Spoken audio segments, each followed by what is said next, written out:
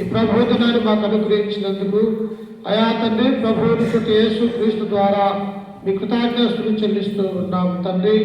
ఎక్కడైతే 2-3 కూడి నా నామమున ప్రార్థన చేస్తారు వారి మధ్య నేను ఉంటానని సెలవిచ్చిన దేవా, ఈ యొక్క ఉదయకాల సమయంలో తండ్రి మేమందరము కూడా నీ యొక్క పాద సన్నిధానములో చేరి ఇదిగో ప్రార్థన ద్వారా, పాటల ద్వారా నేను మహిమపరుచుకుని ఉన్నాం.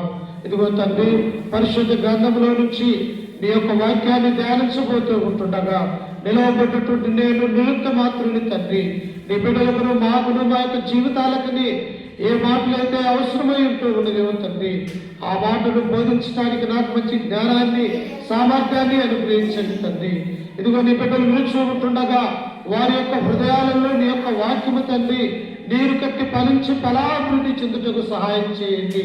ఇదిగో అంధకార శక్తుల్ని, సైతాన్ శక్తుల్ని, అల్లరి శక్తుల్ని మీరు దూరపరచండి తండ్రి.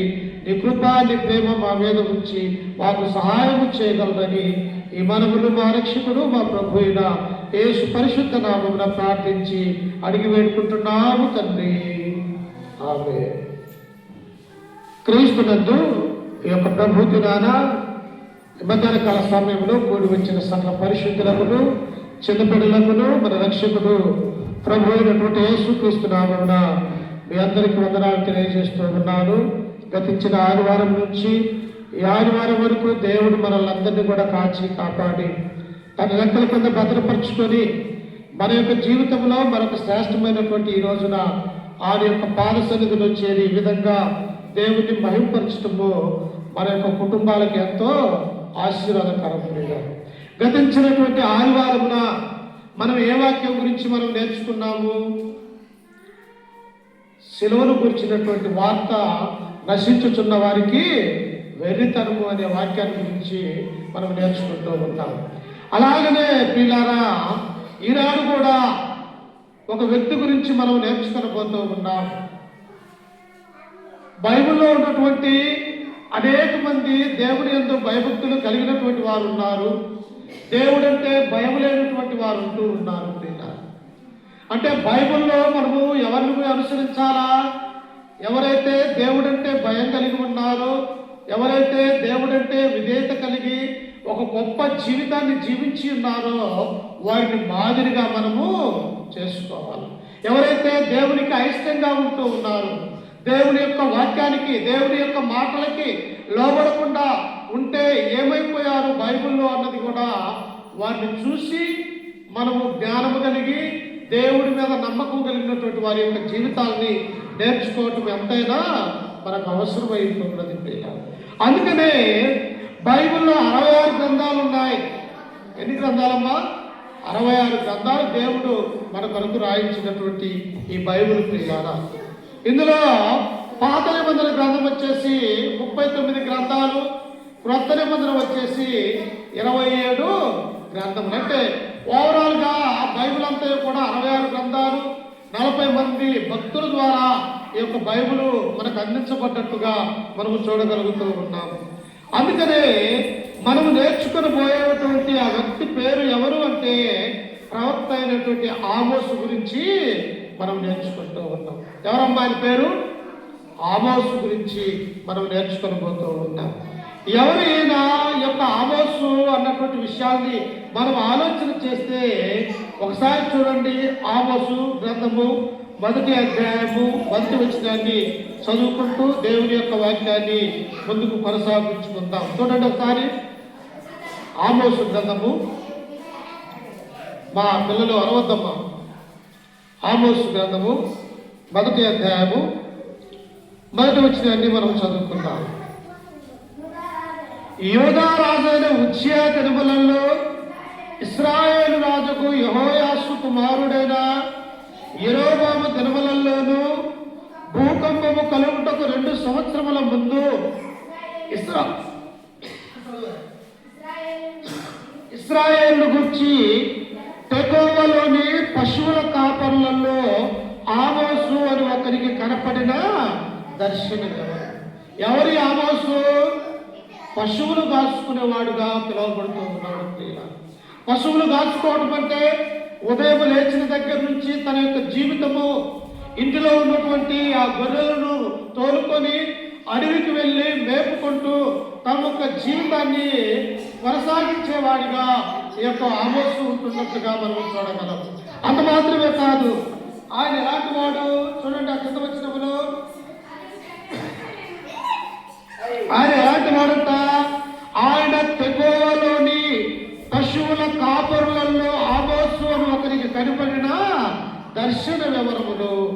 ఆమోసు అనేటువంటి వ్యక్తి ఎలాంటి వాడంటే ప్రియులారా, ఉదయం లేచిన దగ్గర నుంచి తన యొక్క కుటుంబాన్ని పోషించుకోవటానికి, ఈ లోకంలో బ్రతకటానికి, భౌతిక సంబంధంగా మనం ఎలాంటి అయితే పనులు చేయగలిగి మన యొక్క కుటుంబాలను పోషించుకుంటూ ఉన్నామో, ఆనాడు ఉన్నటువంటి లోకంలో ఉన్నటువంటి ఈ యొక్క ఆమోసు కూడా పశువులు కాసుకుంటూ తన యొక్క జీవితాన్ని కొనసాగిస్తూ ఉన్నాడు. అంత మాత్రమే కాదు, ఇతను ఏం చేస్తాడో తెలుసా, అడవిలోనికి వెళ్తాడు. అడవిలో ఉన్నటువంటి మేడు చెట్లు కొన్ని ఉంటే ఆ మేడు చెట్టు దగ్గరికి వెళ్ళి మేడు పండ్లు కోసుకొని ఆ యొక్క పట్టణానికి వచ్చి అమ్ముకొని తిరిగి తన ఇంటికి వెళ్ళేవాడిగా నేను ఉంటూ ఉన్నాడు. ఒక పక్క పశువుల కాపరి, మరొక పక్క మేడు పండ్లు ఏరుకునేవాడిగా, వ్యాపారం చేసేవాడిగా ఈ ఆమోసు ఉంటున్నట్టుగా మనము చూడగలుగుతూ ఉన్నాము. అయితే ఈ ఆమోసును దేవుడు ఎన్నుకున్నటువంటి విషయంలో ప్రవక్తగా, తన యొక్క బిడ్డగా ఇశ్రాయేలు ప్రజలకి, యూదులకి, అనేక మందికి దేవుడి యొక్క వాక్యాన్ని ప్రకటించేవాడిగా ఈ యొక్క ఆమోసును ఎవరు ఎన్నుకున్నారు? దేవుడు ఎన్నుకుంటూ ఉన్నాడు ప్రియుల.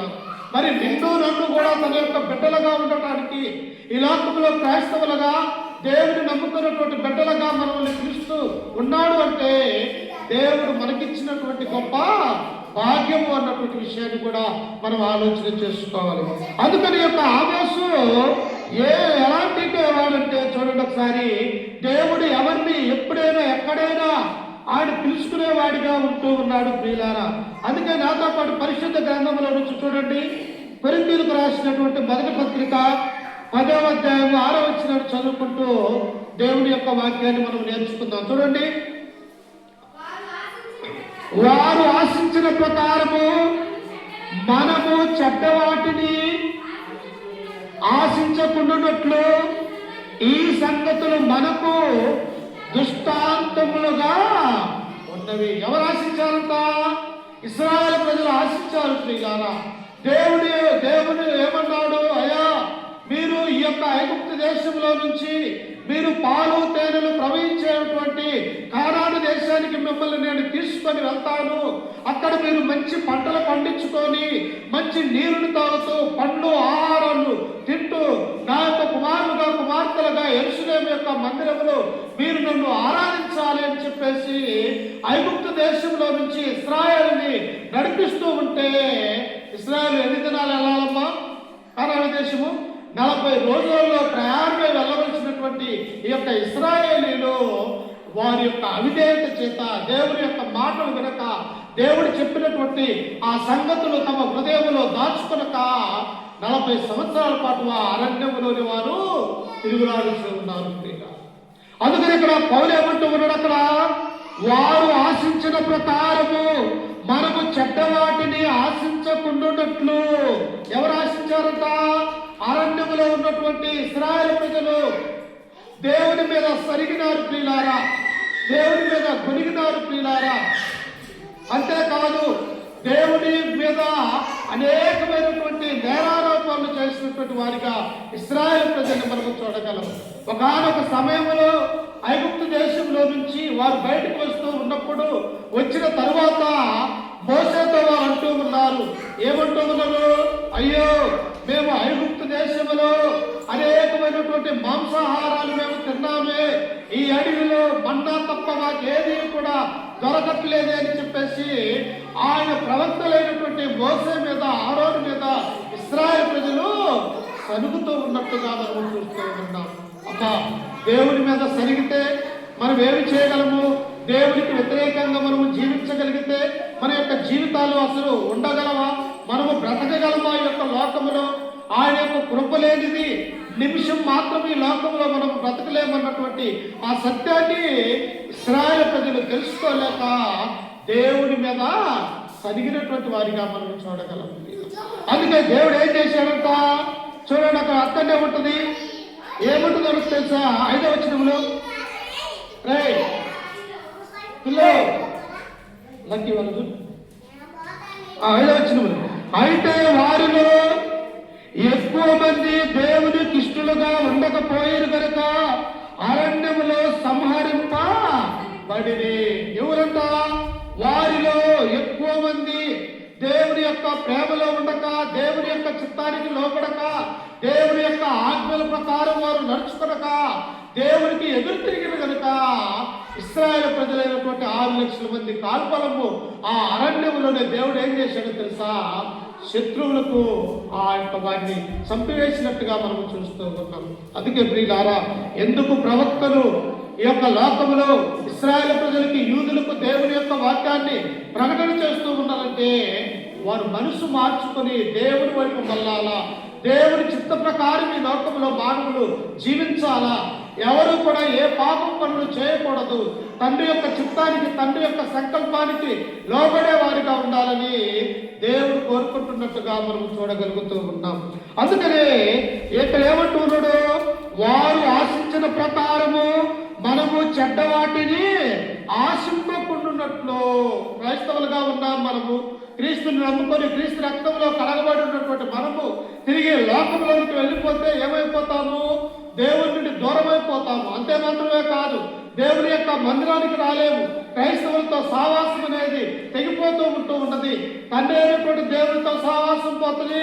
ఆయన కుమారుడైనటువంటి క్రీస్తు యొక్క సంఘములో మన యొక్క సహవాసం ఏమైపోతుందంటే దూరం అయిపోతుంది అన్నటువంటి సత్యాన్ని మనము జ్ఞాపకం చేసుకోవాలి. ప్రియుడా, దేవుడికి దూరం అయిపోతే మన యొక్క జీవితాలు పాపము, అపరాధములో పడిపోవటానికి అవకాశం ఉంటూ ఉన్నది. అందుకనే పశువుల కాపరిగా ఉన్నటువంటి ఆమోసును, మేడి పండ్లు ఏరుకున్నటువంటి ఈ యొక్క ఆమోసును దేవుడు ఏం చేస్తూ ఉన్నాడంటే తన పని కొరకు పిలుచుకుంటున్నట్టుగా మనము చూడగలుగుతూ ఉన్నాం. ప్రియులారా, దేవుడు ఎలాంటి వాడో తెలుసా? మనం ఎంత పేదరికంలో ఉన్నా పెంట కుప్పలలో నుండి దీనులను పైకి లేపినట్టు ఆయన నమ్ముకున్నటువంటి బిడ్డల్ని దేవుడు ఏం చేస్తారంట? ఆయన ఎన్ని సమస్యలలో ఉన్నా, ఎన్ని బాధలలో ఉన్నా ఆయన పైకి లేపగల సమర్థుడు అని మనం జ్ఞాపకం చేసుకోవాలి ప్రియుల. అందుకనే పశువులు కాపరిగా ఉన్నటువంటి ఈ యొక్క ఆమోసు మేడిపండు ఏరుకొనుచు తన యొక్క కుటుంబాన్ని పోషించుకుంటున్నటువంటి ఈ యొక్క ఆమోసుకు దేవుడు సెలవిస్తూ ఉన్నాడు. ఇదిగో ఆమోసు, ఇదిగో నా యొక్క దర్శనం నీకు రాబోతూ ఉన్నది. నేను చెప్పబడినటువంటి ఈ మాటలు ఇశ్రాయేలు యొక్క ప్రజలలో, ఆ తర్వాత అన్యదేశమైనటువంటి వారికి, ఆ తర్వాత యూదులకు ఈ యొక్క మాటలు నా మాటలుగా తెలియజేయమని తెకోవా గ్రామంలో ఉన్నటువంటి యొక్క ఆమోసుకు దేవుని యొక్క వాక్యం వస్తే ఆయన ఇప్పుడు నేరుగా ఎక్కడికి వెళ్తూ ఉన్నాడో తెలుసా? ఇదిగో ఇశ్రాయేలు యొక్క రాజ్యానికి ఆయన ప్రయాణమై వెళ్తూ ఉన్నాడు. అంటే దేవుడు చెప్పినటువంటి పనిని మానవులు చేయాలా? దేవుడు తన పనికి ఎందుకు పిలుచుకుంటూ ఉన్నారు? నా యొక్క కుమారులుగా ఈ లోకములో ఉండాలని, నా యొక్క కుమార్తెలుగా ఈ లోకములో నీతి నిజాయితీగా యథార్థముగా బ్రతకాలని, వారు ఎటువంటి పాపం లేనటువంటి వారిగా ఈ లోకములో జీవించాలని దేవుడు కోరుకొనుచూ ఉన్నారు. కానీ వాళ్ళు ఏం చేస్తూ ఉన్నారట? తిరిగి మరలా లోకములోనికి వెళ్ళిపోయేవారిగా, క్రైస్తవులుగా అనేక మంది మానవులు ఈ లోకంలో పాపంలో పడి ఉన్నటువంటి వారిగా మనం చూడగలం. కానీ దేవుడి యొక్క ఉద్దేశం ఏమిటి? లూకాసు వార్త 19:10 ఏమంటాడు? నశించిన దానిని వెనక రక్షించుటకు మనిషి కుమారుడు ఈ లోకానికి వచ్చాడు. చూశారా? ఎవరైతే నశించిపోతూ ఉన్నారు, ఎవరైతే దేవునికి ఇంకనూ దూరం అయిపోతూ ఉన్నారు, ఇంకనూ మారు మనసు కలిగి లేక బాప్తిస్మము పొందక వారి యొక్క జీవితాలు ఇంకనూ లోకమనే పాపంలో ఉంటూ ఉన్నారో వారందరినీ కూడా రక్షించడానికి ప్రభు అయినటువంటి యేసు క్రీస్తు వారు లోకానికి వచ్చారు. ఎందుకు వచ్చాడు ఆయన? ఆయన రావాల్సినటువంటి అవసరం దేవుడు ఎందుకు వచ్చినది? మన పాపముల నిమిత్తము, మన పాపాలను తీసివేయటానికి, మనలందరినీ కూడా పరలోక రాజ్యం అనే నిత్య రాజ్యానికి చేర్చడానికి ఆ యొక్క మానవుడిగా ఒక కన్యకైనటువంటి మరియ గర్భాన ఈ లోకంలో ఆయన జన్మించి ఒక పశువుల పాకలో ఆ యొక్క తొట్టులో పరుండబెట్టినటువంటి వాడిగా ఆయన యొక్క దీనస్థితిని మనం చూడగలం. యేసుక్రీస్తు ఎలాంటి వాడో తెలుసా? ఆయన యొక్క లోకంలోనికి వచ్చినప్పటికీ కూడా లోకంలో ఉన్నటువంటి ఏ పాపం కూడా ఆయన దరిచేరనీయక అనేక మందికి స్వస్థతలు, అనేకమైనటువంటి అద్భుతాలు, అనేక మందిని తన దగ్గరికి తీసినటువంటి వాడిగా యేసుక్రీస్తుని మనము చూడగలము. అందుకనే ఇక్కడ ఆమోసును కూడా దేవుడు తన దగ్గరకు పిలుచుకొని, అయ్యా నా ప్రజలైనటువంటి ఇశ్రాయేలు ప్రజలు తప్పిపోతూ ఉన్నారు, వారు అరణ్యంలో ఎలాగైతే వారి యొక్క పితరులు నా మాట వినక ఈ లోకములో నశించిపోయి ఉన్నారు, వీరు కూడా ఇప్పటికీ నా మాట వినక వీరు ఇశ్రాయేలు యొక్క దేశంలో ఉంటూ ఉన్నారు, వారిని మారు మనస్సు పొందాలా అని చెప్పేసి నీవు అక్కడికి వెళ్ళి నా మాటలుగా వారికి బోధించమని ఈ యొక్క ఆమోసుకు దేవుడు సెలవిస్తూ ఉన్నాడు. ఈనాడు ఎందుకు ప్రతి ఆదివారం సువార్తికులు ఆయా మందిరాలలో, చర్చిలలో లేచి గంట పాటు దేవుని యొక్క వాక్యాన్ని ప్రకటిస్తూ ఉన్నారో తెలుసా?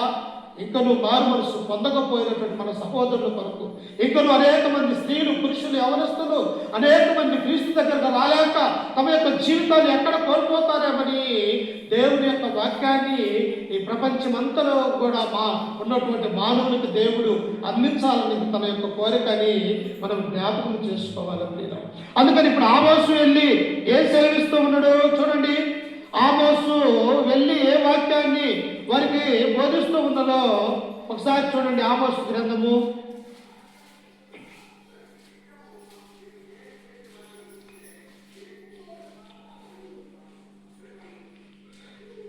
2వ అధ్యాయము, ఆమోసు గ్రంథము 2వ అధ్యాయము 4వ వచనం, 2-4 వచనం. యెహోవా సెలవిచ్చినదేమనగా, యూదా 3 సార్లు 4 సార్లు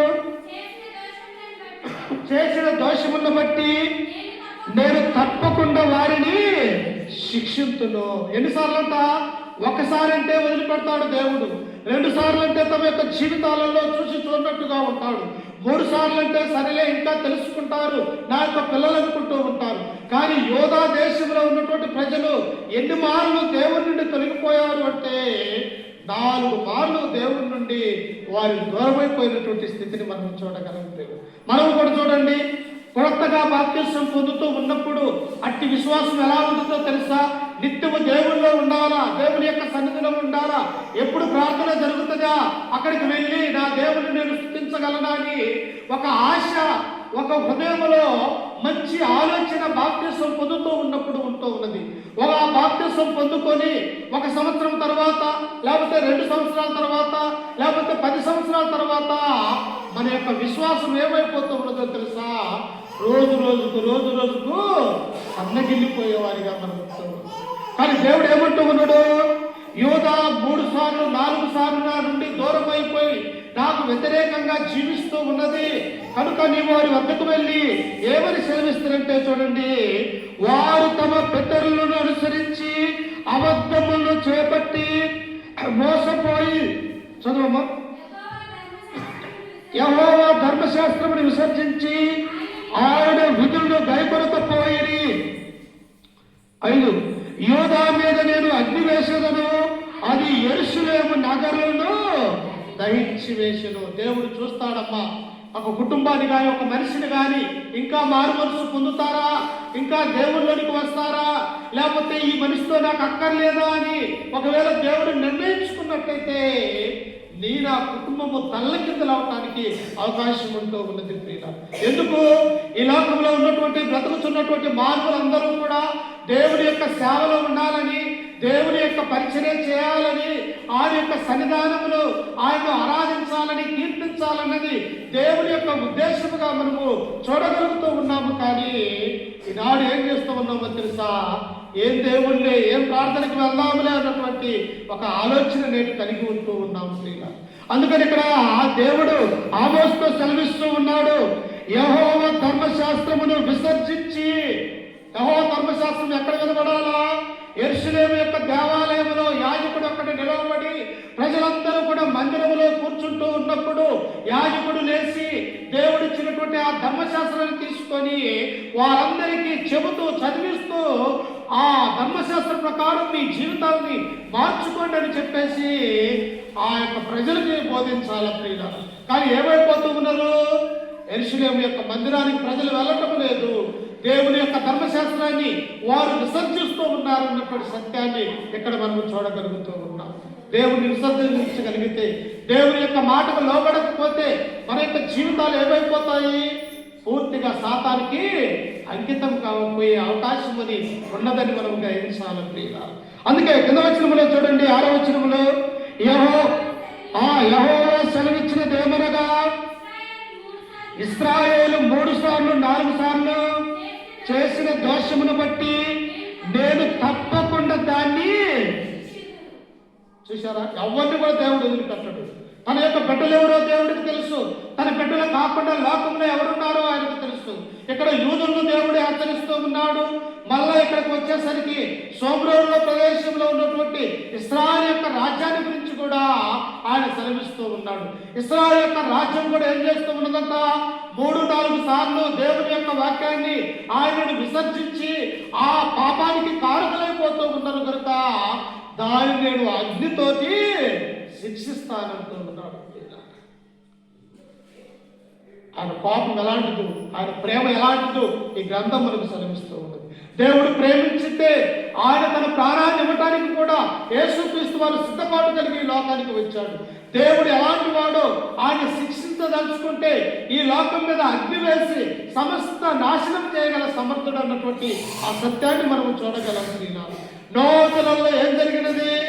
అయ్యా, 40 దినాలలో ఈ లోకంలోనికి జలప్రలయం రాబోతూ ఉన్నది.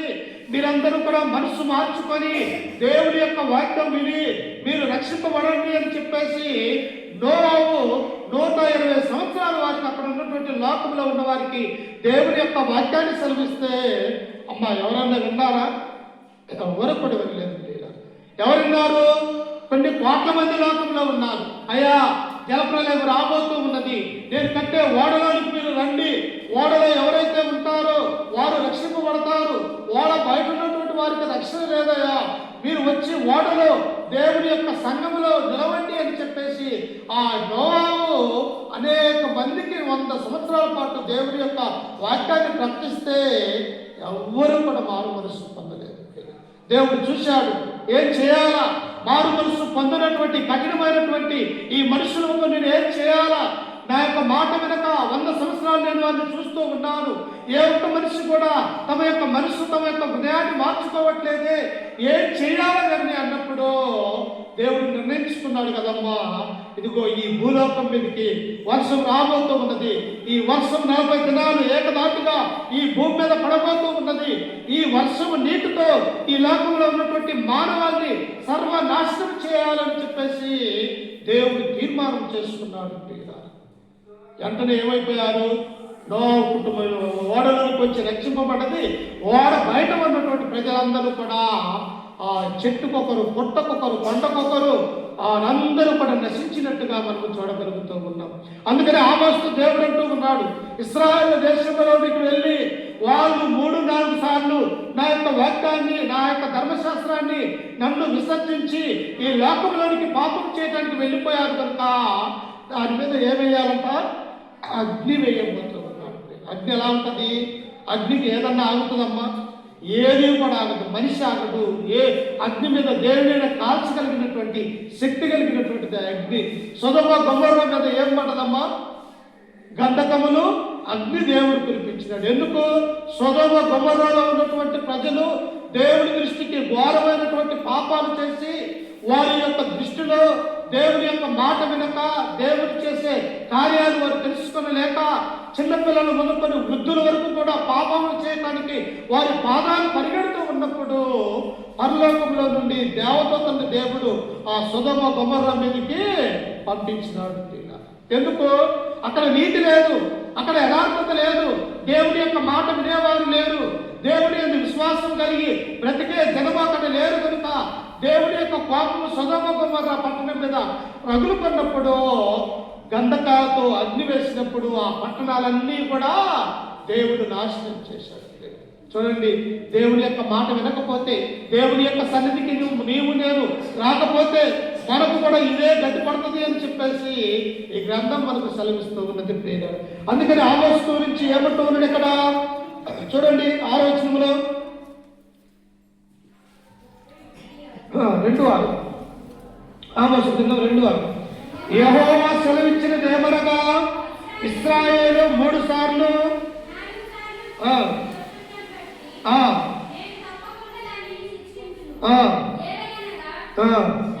ద్రవ్యమునకై దాని జనులు నీతిమంతులను అమ్మివేయుదురు, పాదరక్షల కొరకై పేదవారిని అమ్మివేయుదురు, దరిద్రుల నోటిలో మన్ను వేయుటకు బహు ఆశపడుదురు. అంటే ఏం జరుగుతుందటమ్మా? పేదవారని లేదు, అందరు కూడా అక్రమంగా సంపాదించాలని, లేకపోతే క్రమం లేని జీవితాన్ని జీవించాలని ఆనాడు ఉన్నటువంటి ఇశ్రాయేలు ప్రజలు ఒకరి మీద ఒకరు అనేకమైనటువంటి పాపాలు చేసుకున్నటువంటి వారిగా చూస్తూ ఉన్నాం. పాపానికి ప్రాయశ్చిత్తము పడకపోతే అమ్మా, పాపానికి మనం ఈ లోకంలో బానిసమైపోతే, పాపంలోనే మనం పడి ఉన్నట్లయితే, తప్పిపోయిన కుమారుడు ఎలాగైతే తండ్రి నుంచి దూరం అయిపోయినప్పుడు తినడానికి తిండి లేక పందులు మేపుతున్నటువంటి ఆ పొట్టును తినడానికి సంసిద్ధ పడ్డట్టు మన యొక్క జీవితాలు కూడా అలాగనే దేవుణ్ణి ఆనుకొని లేకపోతే మన జీవితాలు కూడా కోల్పోవడానికి అవకాశం ఉంటుంది. అందుకని ఆమోసుకు దేవుడు సెలవిచ్చినటువంటి ఈ మాటను మనము చూడగలం ప్రియులారా. ఇంకా ఏమంటూ ఉన్నాడు చూడండి ఒకసారి. అదే ఆమోసు గ్రంథము 3వ అధ్యాయము 4వ వచనం చదువుకుందాం. 3:4. ఎర దొరకక సింహము అడవిలో గర్జించునా, ఏమీ పట్టుకొనకుండానే కొదమ సింహము గుహలో నుండి బొబ్బ పెట్టునా, భూమి మీద ఒకడును ఎరపెట్టకుండా పక్షి ఉరిలో చిక్కబడునా, ఏమీ పట్టబడకుండా ఉరిపెట్టువాడు వదిలివేచునా. దేవుడు సెలవిస్తూ ఉన్నాడు. అడవిలో ఉన్నటువంటి మృగాలను చూడండి ఒకసారి. ఆ మృగాలు ఉన్నటువంటి వారి యొక్క జీవితాలను మీరు చూస్తూ ఉన్నప్పుడు, ఒక సింహానికి ఆకలైతే దేనిని తింటది? జింకలను తింటది ప్రియులారా. ఒక పులికి ఆకలైతే అక్కడ అందులో ఉన్నటువంటి అనేకమైనటువంటి అడవిగాడిదల్ని, అనేకమైనటువంటి వాటిని పశువులు తినేదిగా ఉంటూ ఉన్నది. అలాగనే వాటికి ఎవరి తోడు లేదంట? దేవుని యొక్క తోడు లేదు కనుక ఒక సింహంలో నుంచి ఎవరైతే తప్పించుకొని లేడో, అలాగనే మీరు కూడా సాతానటువంటి ఆ పులికి, ఆ సింహానికి మీరు దొరికినట్లయితే మీ జీవితాలు ఒక ఎరలాగా అయిపోతాయి. అమ్మ, చేపలు పట్టడానికి జాలర్లు ఏం చేస్తారమ్మా? ఎరడు వల వేస్తారు. ఆ ఎరడు చూసి చేప ఏమొస్తుంది? ఇక్కడ ఎర ఉన్నది, దాన్ని తినొచ్చు అని చెప్పేసి ఆ చేప వచ్చి ఆ ఎరని తిన్న తర్వాత ఎక్కడ చిక్కబడుతూ ఉన్నది? గాలానికి చిక్కబడుతూ ఉన్నది. నేను ఆ జీవితము కూడా విశ్వాసంలో కలిగి లేక, దేవుని యందు భయభక్తులు కలిగి లేక, దేవుని యొక్క ప్రేమ, దేవుని యొక్క స్నేహము, పరిశుద్ధ సహవాసము మనము కలిగి లేకపోతే, ఒక ఎర ఎలాగైతే గాలానికి చేప చిక్కబడుతూ ఉన్నదో, నేను ఆ జీవితం కూడా అలాగే అయిపోవటానికి అవకాశం ఉంటూ ఉన్నది. అందుకనే దేవుడు ఇక్కడ ఏమంటూ ఉన్నాడు చూడండి ఒకసారి. పట్టణమందు బాకానాదము వినబడగా జనులకు భయము పుట్టకుండునా, యెహోవా చేయనది పట్టణములో ఉపద్రవము కలుగునా, తన సేవకులైన ప్రవక్తలకు తాను సంకల్పించిన దానిని బయలుపరచకుండా ప్రభువైన యెహోవా ఏమీ చేయడు. బాకానాలు మానాడు ముందుతే ఎలా ఉంటుందంట? ఇదిగో యుద్ధము రాబోతూ ఉన్నది, మేమందరము కలిసి కూడా ఏం చేయాలా, యుద్ధ సన్నద్ధులు కావాలా అని చెప్పేసి అనేక మంది కూడా మరి వారు జాగ్రత్త కలిగే వారిగా ఉంటూ ఉన్నారు. నేను ఆ జీవితంలో జాగ్రత్త కలిగి లేకపోతే, అది కుటుంబమైనా, లేకపోతే సంసారమైనా, లేకపోతే ఏదైనా కూడా మనము విచ్చలవిడిగా ఒక దానిని ఖర్చు పెడుతూ ఉన్నట్లయితే మన జీవితం ఏమైపోతుంది? అవసరానికి ఏమీ కూడా ఉండవు. అందుకనే ఇక్కడ దేవుడు కూడా అంటూ ఉన్నాడు, యెహోవా చేయనిది పట్టణములో ఉపద్రవము కలుగునా, తన సేవకులైన ప్రవక్తలకు తాను సంకల్పించిన దానిని బయలుపరచకుండా ప్రభువైన యెహోవా ఏమీ చేయడు. అందుకే ప్రజలను హెచ్చరిస్తూ ఉన్నారు, ఓ ఇశ్రాయేలులారా, యూదా దేశంలో ఉన్నటువంటి వారలారా, మీ మనసును మార్చుకోనండి. మీరు దేవుని యొక్క ధర్మశాస్త్రానికి, యెహోవా మందిరానికి రాలేక మీ జీవితాలను మీరు కోల్పోతూ ఉన్నారు. కాబట్టి దేవుని యొక్క శిక్ష మీ మీద ఏం జరుగుతూ ఉన్నదో తెలుసా? ఆయన మీ మీద అగ్ని వేయబోతూ ఉన్నాడు. మీరు ఎవరు తప్పించుకోగలరు అని దేవుడు సెలవిస్తూ ఉన్నాడు. మార్కు సువార్త 16:16 దేవుడు ఏమన్నాడమ్మా? మీరు సర్వలోకులకు వెళ్ళి సర్వ సృష్టికి సువార్తను ప్రకటించుడి. మారు మనస్సు పొందిన వారు రక్షింపబడుదురు, పొందని వారికి శిక్ష విధించబడుతుంది. అంటే మారు మనసు పొందకపోతే, దేవునిలో నీవు ఉండకపోతే, దేవుని యొక్క ధర్మశాస్త్ర ప్రకారము మనము జీవించకపోతే, ఆయన యొక్క మాటలకు మనము విధేయత కలిగి లేకపోతే, మన యొక్క జీవితంలో ఏముంటుందో తెలుసా? శిక్ష దేవుడు వేయబోతూ ఉన్నాడు. ఒక ధనవంతుని మనము చూడగలము, ఒక దరిద్రుడిని మనము చూడగలము. ధనవంతుడు దరిద్రుడు ఇద్దరు కూడా చనిపోయారు. కానీ దరిద్రుడు ఎలా జీవించాడు? ఈ లోకంలో దేవుడంటే భయం కలిగి, దేవుడంటే భక్తి కలిగి, ఈ లోకంలో దేవుడే విశ్వాసం కలిగి, ఈ లోకంలో దరిద్రుడైనటువంటి వారు జీవించినట్టుగా మనము చూస్తూ ఉన్నాం. కానీ ధనమున్నటువంటి ధనవంతుడు ఎలా జీవించాడు? సుఖభోగములతో జీవించాడు. వాడికి ఏది కావాలంటే అది తాగాడు, ఏది తినాలంటే అది తిన్నాడు. ఎలా విచ్చలవిడి జీవితాన్ని జీవించినట్టుగా ధనవంతుడిని మనం చూస్తాం. కానీ ఇద్దరూ చనిపోయారు పిల్లారా. కానీ ఇద్దరు ఎక్కడికి వెళ్ళారమ్మా? ఒక వ్యక్తి ఏమో అగ్నిగుండంలోనికి తోయబడ్డాడు. ఆ దరిద్రుడైనటువంటి దేవుని యందు విశ్వాసం కలిగిన ఆ వ్యక్తి వచ్చేసి అబ్రహాము దేవుని కుడిపార్శ్వమున కూర్చున్నాడు. అంటే ఏది తేడా? లోకంలో ఉన్నటువంటి ధనవంతుడు దేవుని యందు భయభక్తులు కలిగాక ఈ లోకంలోనే పాడైనటువంటి జీవితాన్ని జీవించాడు ప్రియులారా. కానీ ఇతను దరిద్రుడైనప్పటికీ కూడా, తినడానికి తిండి లేనటువంటి వాడు, ఈ పేదవాడైనప్పటికీ కూడా దేవుడంటే భయము, భక్తి, విశ్వాసము కలిగి, నమ్మకం కలిగి ఉన్నాడు కనుక ఇతనేమో అబ్రహాము కుటుంబమున మంచి భద్రంగా ఉన్నట్టుగా మనము చూడగలము. ఈ ధనవంతుడు ఈ నిర్వహించినటువంటి ఈ యొక్క వ్యక్తి ఎక్కడ ఉన్నాడట? పాతాళ లోకములో, అగ్నిగుండములో కాలిపోతూ ఉన్నాడు. అక్కడ ఏముండదట? అగ్ని ఆరదు, పురుగు. ఎక్కడంతా వర్ణం ఉన్నది. ఈ శరీరానికి 60 సంవత్సరాలు, 70 సంవత్సరాలు, లేకపోతే అధిక బలమున్న ఎడల 80 సంవత్సరాలతో ఈ శరీరాన్ని మనం వదిలివేసి ఆత్మగా మనం వెళ్ళిపోతాము. కానీ ఆత్మకు అనేది మరణము లేదే. తరతరాలు నిత్యము కూడా మనలో ఉన్నటువంటి యొక్క ఆత్మ శరీరం మరణించినప్పటికీ కూడా ఆత్మకు అనేది చావు లేదని గ్రంథం మనకు సెలవిస్తూ ఉన్నది. ఆ ఆత్మ అక్కడ బ్రతకాలంటే, ఆ ఆత్మ అక్కడ అగ్నిగుండంలో ఉండకుండా దేవుని చెంత మనం బ్రతకాలి అంటే మన ప్రాణం ఈ శరీరంలో ఉండగానే ప్రభువును నమ్ముకోవాలి. చనిపోయిన తర్వాత దేవుని నమ్ముకోవటము కుదురుతుందా ప్రియులారా? చనిపోయిన తర్వాత దేవుని యొక్క వాక్యాన్ని వినడానికి అవకాశం ఉందా మనకి? లేకపోతే చనిపోయిన తర్వాత బాప్తిసం పొందడానికి అవకాశం ఉన్నదా? లేదు ప్రియులారా. మనము బ్రతికుండగానే ప్రభువును మనము నమ్ముకోవాలా, సొంత రక్షకుడిగా అంగీకరించాలా, ఆయన యొక్క ధర్మశాస్త్రాన్ని మనం అనుసరించాలని ఈ యొక్క గ్రంథం మనకు సెలవిస్తూ ఉన్నది. అందుకనే దేవుడు ఇంకా ఏమంటూ ఉన్నాడో చూడండి. అదే 3వ అధ్యాయము, ఆమోసు గ్రంథం 3వ అధ్యాయం 9వ వచనం చదువుకుందాం. అష్టోదు నగరాలలో ప్రకటన చేయుడి, ఐగుప్తు దేశపు నగరములలో ప్రకటన చేయుడి. ఎట్లనగా మీరు షోమ్రోనుకు ఎదురుగానున్న పర్వతాల మీదకి కూడి వచ్చి అందులో జరుగుతున్న గొప్ప గల్లంతో. అమ్మా, ఏం జరుగుతుందంట? అష్టోదు నగరం అనగా ఫిలిష్తీయుల యొక్క దేశంలో మీరు చూడండి. మీ యొక్క దేశం ఎక్కడ ఉన్నది? ఇశ్రాయేలు యొక్క దేశముగా మీరు ఉంటూ ఉన్నారు. మీ శత్రు దేశమైనటువంటి ఫిలిష్తీ దేశము అష్టోదులో ఉన్నటువంటి ఆ సర్దారులు మీరు చూడండి.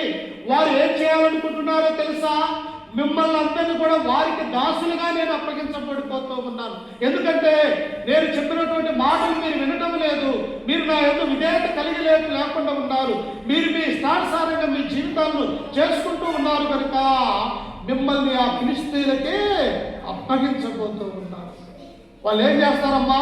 ఒక దేశం మీదకి మరొక దేశం యుద్ధానికి వచ్చినప్పుడు కత్తులతో, బాంబులతో, అనేకమైనటువంటి వాటితో వచ్చి మానవాళిని కూడా చంపడానికి అవకాశం ఉంటూ ఉన్నది ప్రియులారా. అందుకని ఇక్కడ దేవుడు ఏమంటూ ఉన్నాడు అక్కడ? ఇదిగో పర్వతముల మీదకి కూడి వచ్చి అందులో జరుగుచున్న గొప్ప గల్లంతు చూడుడి, అందులో జనులు పడుచున్న బాధ కనుగొనుడి. వారు నీతి క్రియలు చేయలేక తమ నగరాలలో బలత్కారము చేతను దోపుడు చేతను సొమ్ము సమకూర్చుకుందరు. ఎలా ఉండాలంట? దేవుని నమ్ముకున్నటువంటి వారు అన్యాయముగా ఉండకూడదు, ప్రేమ కలిగి ఉండాలి, విశ్వాసం కలిగి ఉండాలి, ఇతరులు అలా దయగలిగినటువంటి వారిగా ఉండాలి. యేసుక్రీస్తు యొక్క లోకములో ఉన్నప్పుడు అలాగనే జీవించినటువంటి వారిగా మనము చూడగలం ప్రియులారా. ఎలా జీవించాడమ్మా? యేసుక్రీస్తు ఏమన్నాడు? నిన్ను వలె నీ పొరుగు వారిని ప్రేమించమని. ఒకడు ఒక చెంప కొడితే ఆ చెంప కొట్టినటువంటి వాడికి మరొక చెంపను నీవు చూపించి మరలా కొట్టమని నీవు చెప్పు అని పలికినాడు. అంతేకాదు, ఒకడు ఒక మైలు దూరం రమ్మంటే నీవు వారితో పాటు మైలు దూరం వెళ్ళమని యేసుక్రీస్తు వారు సెలవిచ్చినాడు. అంతేకాదు ప్రియులారా, యేసుక్రీస్తు యొక్క ప్రేమ ఎలాంటిదో తెలుసా? ఎవరైతే అక్కర కలిగి ఉన్నారో, ఎవరైతే అనారోగ్యాలు కలిగి ఉన్నారో, ఎవరైతే లేవలేనటువంటి స్థితిలో ఉన్నారో, ఎవరైతే నడవలేక పక్షవాతం కలిగి ఉన్నారో, ఎవరైతే ఇంకా అనేకమైనటువంటి మూర్ఛ రోగాలతో ఆనాడున్నటువంటి లోకంలో ప్రజలు ఉన్నారో, వారందరినీ కూడా యేసుక్రీస్తు ఏం చేస్తుంటే తెలుసా? నా పిల్లలని హక్కున చేర్చుకున్నాడు. పక్షవాయువులో వాడిని దేవుడు లేపాడు. చనిపోయినటువంటి ఆయన కుమార్తెను లేపి ఉన్నాడు. చనిపోయినటువంటి లాజర్ని దేవుడు లేపినటువంటి వాడిగా ఉంటూ ఉన్నాడు. ఎందుకు? నా యొక్క బిడ్డలు ఈ లోకంలో నశించిపోవటానికి యేసుక్రీస్తుకి ఇష్టం లేదు కనుక అందరూ అంతటను మారు మనసు కలిగి దేవుని నమ్ముకోవాలన్నటువంటి ఆలోచన వారికి తెలియజేస్తూ ఉన్నాడు కనుక అందరినీ తన యొద్దకి ఆయన పిలుచుకున్నట్టుగా చూస్తూ ఉన్నాం. అందుకనే మత్తయి సువార్త 11వ అధ్యాయం 28వ వచనంలో దేవుడు ఏమని సెలవిచ్చాడు? ప్రయాసపడి భారం మోసుకొనుచున్న సమస్త ప్రజలారా నా యొద్దకు రండి, నేను మీకు విశ్రాంతిని కలుగజేస్తాను. అమ్మ, ఈనాడు ఎక్కడ సంతోషం ఉన్నది? కుటుంబంలో సంతోషం ఉన్నదా? లేకపోతే గ్రామంలో సంతోషం ఉన్నదా? లేకపోతే పట్టణాలలో సంతోషం ఉన్నదా? ఎక్కడ చూసినా కూడా సంతోషం అనేది మానవునికి దూరమైపోతూ ఉన్నది ప్రియులారా. కానీ సంతోషము, సమాధానము ఎక్కడ ఉన్నది? ఆయన యొక్క సన్నిధానానికి వచ్చి ఆయన సన్నిధిలో కూర్చొని ఆయన ఆత్మతో సత్యముతో ఆరాధిస్తూ ఉన్నప్పుడు క్రైస్తవులుగా ఉన్నటువంటి మనకు సంతోషము, సమాధానం అనేది ఉంటుంది. అందుకనే ప్రభు అంటూ ఉన్నాడు, ప్రయాసపడి భారం మోసుకొనుచున్న సమస్తమైన వారులారా నా యొద్దకు రండి, నేను మీకు విశ్రాంతిని కలుగజేస్తాను. మీ జీవితాలకు నెమ్మది, మీ జీవితాలకు ఆరోగ్యము, మీ యొక్క జీవితాలు బాగుపడాలంటే నా దగ్గరికి రండి అని ప్రభు మనల్ని పిలుస్తూ ఉన్నాడు. కానీ మనం ఏమైపోతూ ఉన్నామమ్మా? మనము దేవుని నుండి ఇంకా దూరంగా జరిగిపోతూ ఉన్నాం. అందుకని ఇక్కడ ఆమోసు గ్రంథంలో ఆమోసుకు వారి గురించి తెలియజేస్తూ ఉన్నాడు. ఓ ఇశ్రాయేలులారా, ఓ యూదులారా, మీరు చేసినటువంటి దోషాలను బట్టి దేవుడు మీ మీదకి అగ్ని వేయబోతూ ఉన్నాడు. మిమ్మల్ని చంపాలని దేవుడు చూస్తూ ఉన్నాడు. కనుక మీ మనస్సును మార్చుకునండి అని చెప్పేసి దేవుడు సెలవిస్తూ ఉన్నాడు. ఈనాడు మనం ఇంకా మారు మనస్సు కలిగి లేకపోతే, ఇంకా దేవుడి యందు నిలకడైన స్థిరమైనటువంటి విశ్వాసము మనలో లేకపోతే మనము అవిశ్వాసులుగా ఈ లోకంలో బ్రతుకుతామన్నటువంటి సత్యాన్ని మనం జ్ఞాపకం చేసుకోవాలి. ఇంకా ఏమంటున్నాడు దేవుడు? చూడండి వారు ఎలా ఉన్నారంట. అదే ఆమోసు గ్రంథము ఒకసారి చూడండి అమ్మా. ఆమోసు గ్రంథము 5వ అధ్యాయము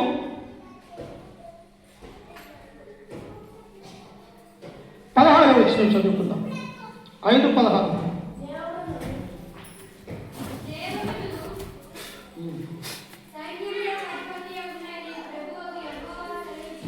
దేవుడును సైన్యములకు అధిపతి అయిన ప్రభువు యెహోవా సెలవిచ్చినదేమనగా, నేను మీ మధ్య సంచరింపబోచున్నాను కనుక రాజ మార్గములన్నిటిలో అంగలార్పు వినపడు. ఎక్కడ సంచరించబోతూ ఉన్నాడట దేవుడు? మనం ఇక్కడ సంఘముగా కూర్చొని ఉన్నాం. ఆయన మందిరములో ఏ స్త్రీ ఎలా ఉన్నది, నా కుమార్తెలు ఎలా ఉన్నారు, నా కుమారుడు ఎలా ఉన్నారు, నా యొక్క వాక్యం వింటూ ఉన్నారా, నన్ను ఆరాధిస్తూ ఉన్నారా, తమ హృదయంలో నన్ను గణపరుస్తూ ఉన్నారా అని ఒకవేళ దేవుడే ఈ క్షణమందు మన మధ్యలోనికి వచ్చి ఆయన సంచరిస్తే మనం ఎలా ఉన్నారా? ఆయన ఉండుంటాడు, కానీ మనకు అర్థం కాదు. ఆయన పరిశుద్ధాత్మను మన మధ్యలోనికి పంపిస్తూ ఉంటాడు, కానీ మనము దాన్ని చూడలేము. ఎప్పుడు చూడగలుగుతాము? నిజమైనటువంటి క్రైస్తవులుగా, భక్తిపరులుగా ఉన్నప్పుడు ఆ ఆనందాన్ని మనం చూడగలుగుతాం. అందుకని ఇక్కడ అంటూ ఉన్నాడు, ఓ ఇశ్రాయేలు దేశమా, యూదా దేశమా, నేను మీ మధ్యలో సంచరించబోతూ ఉన్నాను. మీ మధ్య నేను సంచరించినప్పుడు మీ యొక్క జీవితాలు, మీ బ్రతుకులు ఎలా ఉంటాయో తెలుసా? ఎలా ఉంటాయంట అక్కడ చూడండి, కింద వచనంలో ఎలా ఉంటాయంటున్నాడంట. అంగలార్పు వినబడును, వీధులన్నిటిలో జనులు కూడి అయ్యో శ్రమ అందురు, అంగలార్చుటకు వారు సేతగాడులను పిలుతురు, రోదన పుచ్చే నేర్పు గల వారిని అంగలార్చుటకు పిలిపింతురు. ఆనాడు ఉన్నటువంటి దినాలలో ఎక్కువ యుద్ధాలు జరిగేవి. ఒక దేశం మీదకి మరొక దేశం మీదకి సామంత రాజ్యాలు ఆనాడు చిన్న చిన్న రాజ్యాలుగా ఉండి ఒక రాజ్యాన్ని ఒకరు కత్తులతోటి బల్లాలతోటి పొడుచుకొని చంపేవారిగా ఉంటూ ఉన్నారు. అప్పుడు ఈ యొక్క దేవుడైనటువంటి యెహోవా వారి మధ్యకు పోతే వారి యొక్క జీవితం ఎలా ఉండదంటే అంగలారుస్తూ ఉన్నదంట. అయ్యో, నా యొక్క శ్రమ వేదనతో నేను ఇక్కడ పడి ఉన్నాను, నన్ను రక్షించగల వారు ఎవరు అని చెప్పేసి ఆ యూదా దేశంలో, ఇశ్రాయేలు యొక్క దేశంలో ప్రజలు ఆర్తనాదాలుగా వినపడుతూ ఉన్నాయని దేవుడు సెలవిస్తూ ఉన్నాడు. అందుకనే మనకు పాఠం పాడుతూ ఉంటాం. ఏంటి ఆ పాట? అదే ఆ రోజు యేసయ్య ఉగ్రత రోజు. ఆ ఉగ్రత రోజు ఎలా ఉంటుందంట?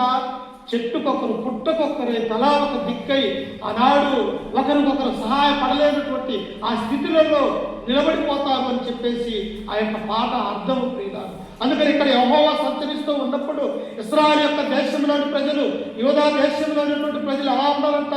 అయ్యో శ్రమ అని వారు ఏడుస్తూ కన్నీరు కారుస్తూ అంగలారుస్తూ మమ్మల్ని ఎవరినైనా రక్షించగలరా అని వారు ఎదురు చూసేవారిగా ఉన్నారు. కానీ ప్రవక్త చెప్పినటువంటి మాటలు విన్నారమ్మా?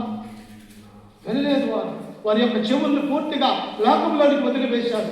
ఏంటి వాక్యం లేదు, రోజు చెప్పే వాక్యమే కదా, రోజు కూర్చునేదే కదా, ఏమున్నది అందులో అని చెప్పేసి ప్రజలు ఏం చేస్తూ ఉన్నారంటే లోకంలోనికి బయలు వెళ్ళిపోతూ ఉన్నారు. కానీ శ్రమ రాబోతూ ఉన్నది. శ్రమ వచ్చిన రోజు ఎవరు నవ్వుతారంటే దేవుణ్ణి నమ్ముకున్నటువంటి బిడ్డలుగా ఉన్నారు. మనమేమో సంతోషిస్తాం, లోకంలో ఉన్నటువంటి వారు ఏడవడానికి అంగలార్చడానికి అవకాశం ఉంటూ ఉన్నది. అందుకని ఇంకా దేవుడు ఇక్కడ ఏమంటూ ఉన్నాడు చూడండి. అదే ఆమోసు గ్రంథం 5వ అధ్యాయము 18వ వచనం చదువుకుందాం. యెహోవా దినము రావాలని ఆశ పెట్టుకొని ఉన్నవాళ్ళారా, మీకు శ్రమ. ఏమంటారో తెలుసా? మన భర్తలకు మనం చెబుతూ ఉన్నప్పుడు, అయ్యా నేను మందిరానికి వెళ్తూ ఉన్నా, నీవు కూడా నాతో పాటు మందిరానికి రమ్మంటే ఈనాడు ఉన్నటువంటి పురుషులు ఏమంటారు?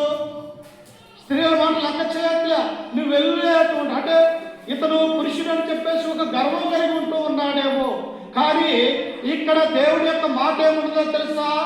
యెహోవా దినము రావాలని మీరు అనుకొనుచున్న వారలారా, మీకు శ్రమ ఎలా వస్తుందంట? ఆ యొక్క దినము చూడండి, యెహోవా దినము వచ్చుట వలన మీకు ప్రయోజనమేమి? అందులో వెలుగుండదు, చీకటి దాన్ని కమ్మును. ప్రియులారా, యేసుక్రీస్తు 2వ రాకడ వస్తూ ఉన్నప్పుడు ఎలా వస్తున్నట్ట? ఈ భూమి మీద వెలుగుండదు, సూర్యుడు చంద్రుడు నక్షత్రాలు ఏమీ కూడా ఉండవు. మానవులు ఒక అంధకారమైనటువంటి చీకటి ఎలాగైతే ఉంటూ ఉన్నదో, ఒకరు చూసుకోలేనటువంటి వారు ఎవరెక్కడ ఉన్నారో, ఎవరెక్కడ పడి చనిపోతూ ఉన్నారో తెలియనటువంటి వారిగా మనం ఉంటాం. అందుకనే యెహోవా అంటూ ఉన్నాడు, యెహోవా దినము రావాలని మీరు అనుకుంటున్నారేమో, జాగ్రత్త. ఆ దినము ఎలా ఉంటుందంటే పూర్తిగా అంధకారమైనటువంటి చీకటిమయమైపోతూ ఉంటుంది. చీకటి ఏమన్నా కానొస్తుందమ్మా? అంత నీళ్లు తీసుకోవడానికి ఇట్లాంటి మాటలు ఏమన్నా కానొస్తుందా? లేకపోతే ఒకరి ముఖాలు ఒకరు చూసుకోవడానికి అవకాశం ఉంటుందా? లేకపోతే నీవెక్కడ ఉన్నావు నేనెక్కడ ఉన్నానని అడగడానికి అవకాశం ఉంటుందా? ప్రియులారా, ఏమీ కూడా ఉండదు. రాత్రి వేళ సమయంలో భయంకరమైనటువంటి అరణ్యములోనికి మనం వెళ్ళినప్పుడు మన కంటికి ఏదన్నా కానొస్తుందా? ఏది కూడా కాదు. అంటే దేవుని యొక్క రాకట, ఆయన యొక్క ఉగ్రత అలాగ ఉంటది అని ఈ గ్రంథం మనకు సెలవిస్తూ ఉంటుంది. ఇంకా ఎలా ఉంటుందంట చూడండి, కింద వచనంలో, ఒకడు సింహమునొత్తు నుండి తప్పించుకొనగా ఎలుగుబంటి ఎదురైనట్టు. అడవిలోనికి వెళ్ళాం, అక్కడ మన ఎదురుగా భయంకరమైనటువంటి సింహం వచ్చినది. అక్కడ సింహాన్ని తప్పించుకోవటానికి మనం ఉరికి ఒక సాటుకు వచ్చి సేద తీరేసరికి అక్కడ ఎవరున్నారమ్మా? ఎలుగుబంటి కాచుకొని ఉన్నది. అక్కడ సింహం నోటి నుండి తప్పింపబడి తమ ప్రాణాన్ని పరిగెత్తుకుంటూ మరొక సాటుకు వచ్చి సేద తీరాలని అక్కడ ఉంటే, అక్కడ ఎలుగుబంటి ఎదురైతే ఇక ప్రాణం ఉంటుందా అమ్మ? సింహానికే భయపడి నోట్లో పడకుండా తప్పించుకొని మన ప్రాణాలను కాపాడుకోవాలని అరణ్యంలో పరిగెత్తి మరొక సాటుకు వచ్చి అక్కడ మన ప్రాణము తెప్పరిల్లుతూ ఉంటే, అక్కడే మన మధ్యనే మనకు దగ్గరలోనే మళ్ళీ ఏముంటుందంటే ఎలుగుబంటి కాచుకొని ఉన్నది. ఇంకా చూడండి ఏముంటుంది, ఎలుగుబంటి కాచుకొని ఉన్నట్టు వాడు ఇంటిలోనికి పోయి గోడ మీద చెయ్యి వేయగా పాము వాడిని కరిచినట్టు ఆ జనముండదు. సింహాన్ని వదిలివేసి ఒక చోట సేద తీరేసరికి ఎలుగుబంటి ఎదురైంది.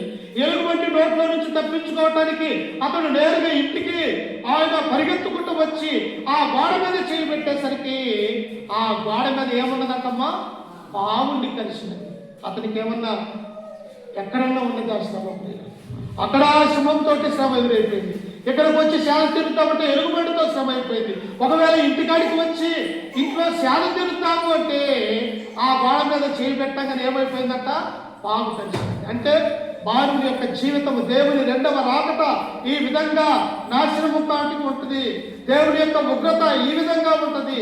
అందుకనే ఏమంటాడు, ఇదిగో గర్భిణీ స్త్రీకి వేదన కలిగినట్లు, ఎప్పుడు గర్భిణీ స్త్రీకి వేదన కలుగుదో ఏ మనుషుడికి కూడా తెలియదు కనుక అలాగనే ప్రభు యొక్క రాకడ కూడా అలాగ ఉంటూ ఉంటుంది. గర్భిణీ స్త్రీ ఒకసారి జన్మించాలంటే, ఒక కుమారుని గారి యొక్క లోకంలోనికి తీసుకురావాలంటే ఆ తల్లి పడే వేదన బహు భయంకరమైనదని దేవుడి యొక్క గ్రంథం మనకు సెలవిస్తూ ఉన్నది. అలాగనే ప్రభు యొక్క రెండవ రాకడ సమయంలో ఆయన అగ్నితో ఆయన వస్తూ ఉన్నాడు యొక్క లోకంలో. మనం ఆయన్ని ఎదుర్కోవాలంటే ప్రియులారా మనం ఏం చేయాలి? ఈ లోకంలో దేవుని యందు విశ్వాసం ఉంచాలి, దేవుని యందు నమ్మకం కలిగి ఉంటారు, దేవుని యొక్క ప్రేమలో మనం అతకబడి ఉండే వారిగా ఈ లోకంలో మనం అందరం కూడా ఉండాలని ఈ గ్రంథం మనకు సెలవిస్తూ ఉన్నది. అందుకని దేవుడి ఇక్కడ ఏమంటూ ఉన్నాడు, ఆయన ఒకడు సింహమైన నుండి తప్పించుకునగా ఎలుగుబంటి ఎదురైనట్టు వాడు ఇంటిలోనికి పోయి గోడ మీద చెయ్యి వేయగా పాము వాడిని కరిచినట్టు ఆ దినముండును. ఏ దినము? తన రెండవ రాకడ సమయములో యేసుక్రీస్తు వారు అగ్ని జ్వాలలతో ఈ యొక్క మధ్యాకాశానికి ఆయన రాబోతూ ఉన్నాడు కనుక ప్రజలు అందరూ భయంతో చచ్చిపోయే వారిగా ఉంటూ ఉన్నారు. అందుకని ఆమోసుని దేవుడు అక్కడికి పంపించాడు. అయ్యా, నా ప్రజలు ఈ అగ్నికి ఎక్కడ చనిపోతారేమో, ఈ అగ్నికి ఆవుతైపోతారు, నువ్వు వెళ్ళి దేవుని యొక్క వాక్యాన్ని ప్రకటించు ఆమోసు అని చెప్పేసి మేడిపండు ఏర్పరుచున్నటువంటి ఈయనని, ఎక్కడో పశువులు కాచుకుంటున్నటువంటి ఈ ఆమోసును దేవుడు వారి మధ్యకు పంపించి ఈ మాటలు సెలవిస్తే అమ్మా ఎవరన్నా వింటారమ్మా? అక్కడ డ్యాన్స్ జరుగుతున్నదంటే ఊరు మొత్తం కూడా పోయి అక్కడ తెల్లవారులేదు మనం డ్యాన్స్ పార్టీకి వస్తాం. కానీ దేవుడి యొక్క వాక్యాన్ని వినాలంటే, దేవుని సన్నిధిలో పాటలు పాడాలంటే, దేవుడి మధ్య మనం కూర్చొని ఆయన గ్రంథాన్ని చదవాలంటే మనకెంతో భారం మన యొక్క మనస్సును ప్రియ. అందుకనే దేవుడు ఇక్కడ ఏమంటూ ఉన్నాడు, తన రాకట లాగుంటుందని ఈ ఆమోసు ద్వారా దేవుడు సెలవిస్తూ ఉన్నాడు.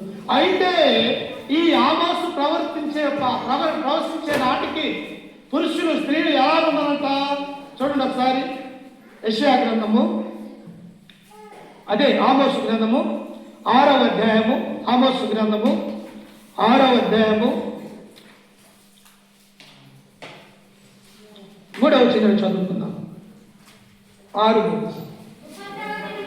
ఉపద్రవ దినమందు బహు దూరముననుకొని అన్యాయము తీర్పు తీర్చుటకై మీ మధ్య మీరు పీఠమును స్థాపించురు. దంతపు మంచముల మీద పరుండుచు, పాన్పుల మీద తమ్ముడు తాము చాచుకొనుచు, మందలో శ్రేష్టమైన గొర్రె పిల్లను, సాలలోని త్రొవ్విన దూడలను వధించి భోజనము చేదురు. ఒక్కొక్క పశువుల కాపరైనటువంటి ఆమోసు మేడిపండు ఏరుకుంటూ తన యొక్క కుటుంబాన్ని పోషించుకొనుచున్న ఈ ఆమోసు దేవుని యొక్క వాక్యాన్ని ప్రకటించమని దేవుడు సెలవిస్తే తన గ్రామమైనటువంటి తెగవ గ్రామాన్ని వదిలివేసి, తన వ్యాపారమైనటువంటి మేడి పండ్లను అమ్మే ఆ యొక్క ప్రోగ్రాంను వదిలివేసి, తన పశువులను వదిలివేసి ఇశ్రాయేలు యొక్క ప్రజలను రక్షించడానికి ఈ ఆమోసు వెళ్ళిపోయి వారికి దేవుని యొక్క వాక్యాన్ని సెలవిస్తే వారు ఎలా ఉన్నారంటమ్మా?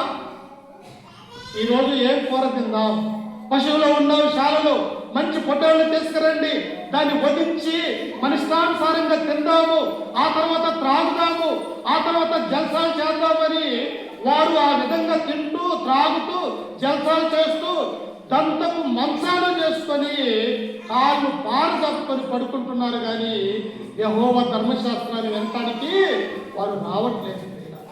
ఈనాడు కూడా చూడండి, అనేక మంది బాప్తిసం పొందినటువంటి కొంతమందిని మనం చూస్తూ ఉన్నప్పుడు మనము వారు ఆదివారం ఆరాధన ఉన్నదని, ప్రభు యొక్క శరీరాన్ని, ఆయన యొక్క రక్తాన్ని తిని తాగాలని, ఆయన యొక్క సన్నిధానంలో నేను ఉండాలని ఆలోచన చేయక ఈనాడు కూడా అనేక మంది ఏం చేస్తూ ఉన్నారో తెలుసా?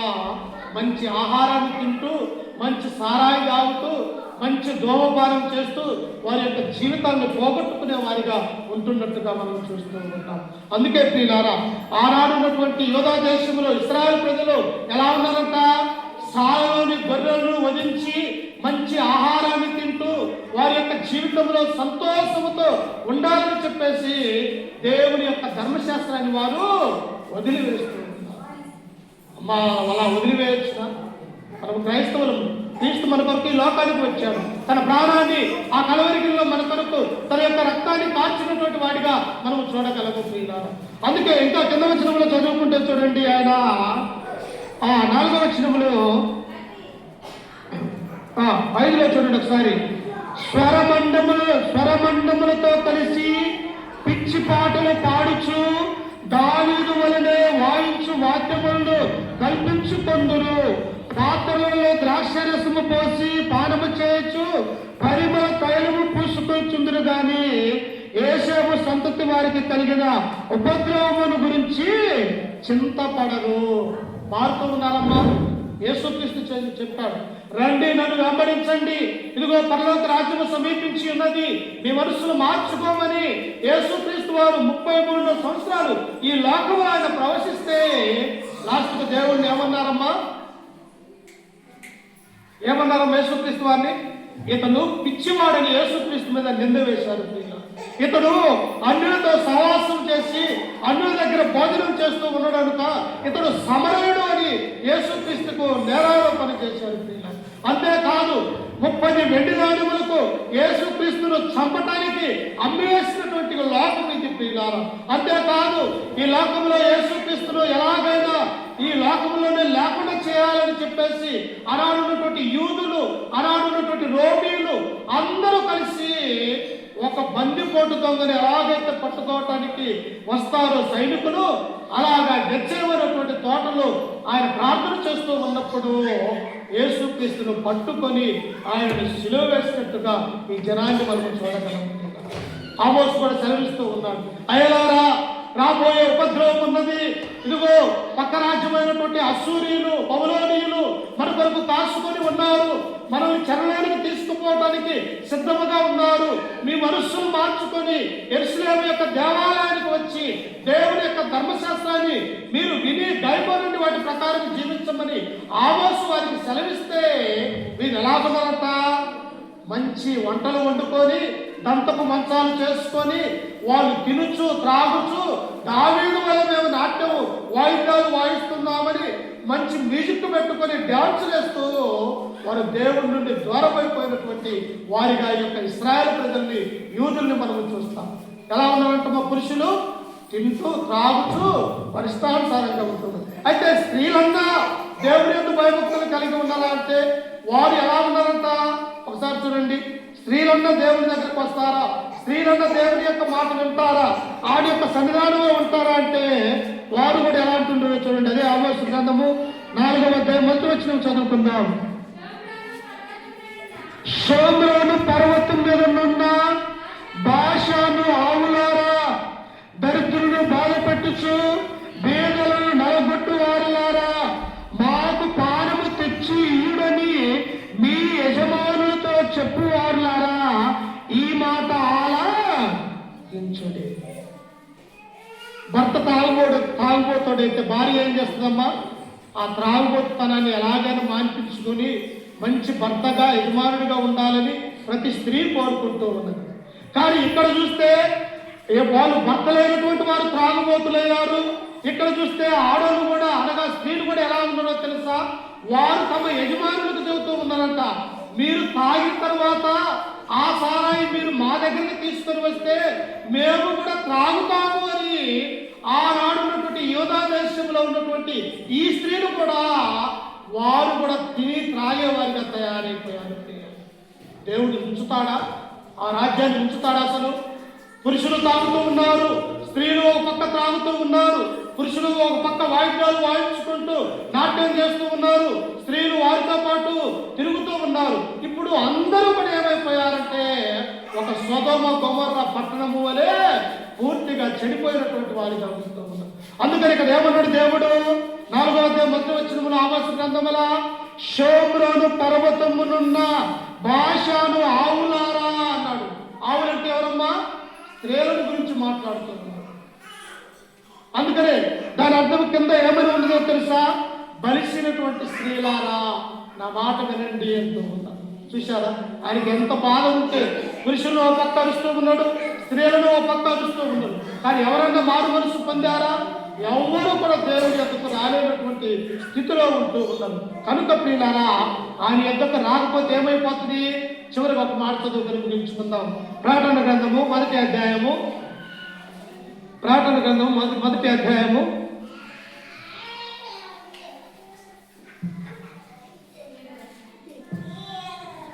7వ వచనం 1:7. ఇదిగో ఆయన మేఘారూఢుడై వచ్చుచున్నాడు, ప్రతి నేత్రము ఆయనను చూచును, ఆయన పొడిచిన వారును చూచెదరు, భూజనులందరూ ఆయనను చూసి రొమ్ము పట్టుకొందురు. ఎవరెవరు చూస్తారంట? యేసుక్రీస్తు ఈ లోకంలో వచ్చిన తర్వాత ఆయన్ని ఎంతమంది అయితే హింసిస్తూ ఉన్నారో, ఎంతమంది అయితే ఆయన యొక్క రక్తాన్ని కళ్ళ చూశారో, ఎవరైతే ఆయన మీద అబద్ధ సాక్ష్యం పలికారో, ఎవరైతే ఆయన ఆడున్నటువంటి లోకంలో ఉన్నటువంటి ప్రజలు మారు మనసు కలిగి లేక ఈ లోకంలో నశించిపోయి ఉన్నారు, అట్టి వారందరూ తన 2వ రాకడ సమయంలో క్రీస్తు మధ్యాకానికి వస్తూ ఉన్నప్పుడు వారు క్రీస్తును చూసి ఏం చేస్తూ ఉన్నారంటమ్మా? వాళ్ళ రొమ్ము అనేది కొట్టుకుంటారు. ఎందుకు? అయ్యో యేసుక్రీస్తు వారి యొక్క లోకంలో ఉన్నప్పుడు మేము మారు మనసు పొందకపోతే, మా బ్రతుకులు మార్చుకోకపోతే, మేము ఇలాగనే లోకంలో ఉండి నాశనం అయిపోతూ ఉన్నమే, ఆయన 2వ రాకడ వస్తూ ఉన్నదే, ఈ అగ్ని చేత సమూల నాశనము చేయబడుతూ ఉన్నదే ఈ భూలోకమని ఆయన్ను పొడిచిన వారు చూసి ఆయన్ను చూసి ఏమైపోతారంట? రొమ్ము కొట్టుకుందురు అంటున్నారు. అమ్మా రొమ్ము ఎప్పుడు కొట్టుకుంటాము? బూడిదలో ఒక మనిషి ఎప్పుడు కూర్చుంటాడు? ఒక వ్యక్తి గోడ పట్ట ఎప్పుడు కట్టుకుంటాడు? బైబిల్ ప్రకారము శ్రమలలో ఉన్నప్పుడు, బాధలలో ఉన్నప్పుడు, తన జీవితం ఇక ఏమీ లేదు అని, ఇక సమసిపోతుంది, ముగిసిపోయింది అనుకున్నప్పుడు ఆ జీవితము వేగేత కలిగి ఆ గోడ పట్ట కట్టుకోవటం కానీ, బురదలో కూర్చోవటం కానీ, రొమ్ము కొట్టుకోవటం కానీ ఎప్పుడంటే నా జీవితం ఇక ముగించబడుతూ ఉన్నది అన్నప్పుడు మాత్రమే ఆ విధంగా చేయగలుగుతారు. కానీ ఆమోసు మాట ఎవరన్నా విన్నారా? వినలేదు. స్త్రీలు వినలేదు, పురుషులు వినలేదు. ఇప్పుడు ఏమైపోయింది? దేవుడు వారిని బబులోను రాజు అయినటువంటి నెబుకద్నెజరుకి దాసులకు అప్పగించాడు. ఎవరిని అప్పగించింది? యోధా దేశంలో ఉన్నటువంటి ప్రజలు. మరి ఇశ్రాయేలు ఉన్నారు కదా, వారిని ఎక్కడికి పంపించారు? ఇశ్రాయేలు యొక్క రాజ్యంలో ఉన్నటువంటి 10 గోత్రంలో వారిని అశ్షూరు చెరకు పంపించాడు. ఈయనేమో యెరూషలేములో ఉన్నటువంటి వారిని బబులోను దేశానికి పంపించారు. ఇప్పుడు యెరూషలేములో ఏమున్నదంట? మందిరం పాడైపోయినది, మందిరం అగ్ని చేత కాల్చబడి ఉన్నది, మందిరంలో ఉన్నటువంటి సామాన్లన్నీ ఈ నెబుకద్నెజరు బబులోను దేశం తీసుకువెళ్ళాడు. ఇప్పుడు మందిరం ఏమైపోయినది? ఏమీ పడలేదు, అక్కడ ఆరాధనే లేదు. ఇప్పుడు ఎక్కడ ఉన్నారో తెలుసా? వారు అరణ్యములో ఉంటూ ఉన్నారు. అందుకనే ఈ బబులోను దేశములో దాసులుగా ఉన్నప్పుడే దానియేలు గ్రంథము, యెహెజ్కేలు గ్రంథము తన గ్రంథాలలో రాపించాడు. ఏ గ్రంథాలంట? దానియేలు గ్రంథము, యెహెజ్కేలు గ్రంథము చెరలో ఉన్నప్పుడు రాసినటువంటి ఆ గ్రంథం. కనుక ఇంకా నువ్వు నీ జీవితం మార్చుకోకపోతే, ఇంకా నువ్వు ప్రభువు దగ్గరకు నువ్వు రాలేకపోతే, ఇంకా నువ్వు దేవుని యొక్క సన్నిధానాన్ని నువ్వు చూడలేకపోతే, ఇదిగో ఇశ్రాయేలుకి, యూదులకి ఏదైతే పట్టినదో ప్రియులారా మనకు అలాంటి గతే పడుతుంది అని చెప్పేసి ఈ వాక్యం ద్వారా మిమ్మల్ని హెచ్చరిస్తూ, ఈ మాట నన్ను కూడా హెచ్చరిక చేసుకుంటూ, ఓపికతో మీ అందరికీ మన రక్షకుడు ప్రభు అయినటువంటి యేసుక్రీస్తు నామమున వందనాలు తెలియజేస్తూ ఈ వాక్యాన్ని నేను ముగించుకుంటూ ఉన్నాను. చిన్న ప్రార్థన చేసుకొని ఆ తదుపరి సమయం ఇప్పటికే 1:20 అవుతూ ఉన్నది. ప్రార్థన చేసుకొని ఆరాధన